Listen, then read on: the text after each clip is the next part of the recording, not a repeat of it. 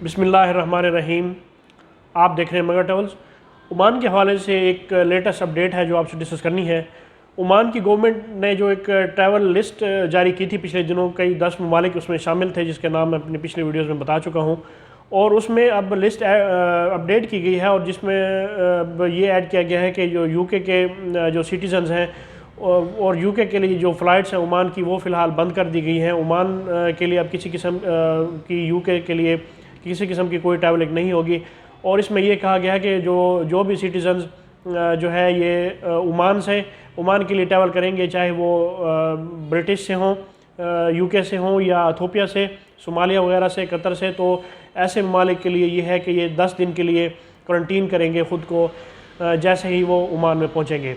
और इसमें ये अब लिस्ट यूके ऐड किया गया है, बाकी इसमें ममालिक शामिल थे। लेकिन जो पाकिस्तान है, पाकिस्तान से ओमान के लिए डायरेक्ट फ़्लाइट्स जो है वो जा रही हैं। पाकिस्तान पर किसी किस्म की कोई पाबंदी नहीं है ओमान जाने के लिए। यूट्यूब पे ऐसी कोई ख़बरें हैं तो वो बेबुनियाद ख़बरें हैं।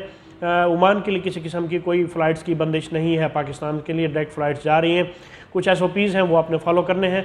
और उसके साथ ही ऐसे तमाम अफराद जिन्होंने अपना विज़िट वीज़ा अप्लाई किया हुआ है ओमान के लिए, वो अब किसी किस्म का कोई विज़िट वीज़ा नहीं है। वो विज़िट वीज़ा फ़िलहाल ओमान के लिए पाकिस्तानियों के लिए बंद है। ओमान के लिए विज़िट वीज़ा आपने अप्लाई नहीं करना क्योंकि अभी फ़िलहाल बंद हैं, वो स्टार्ट नहीं किए गए।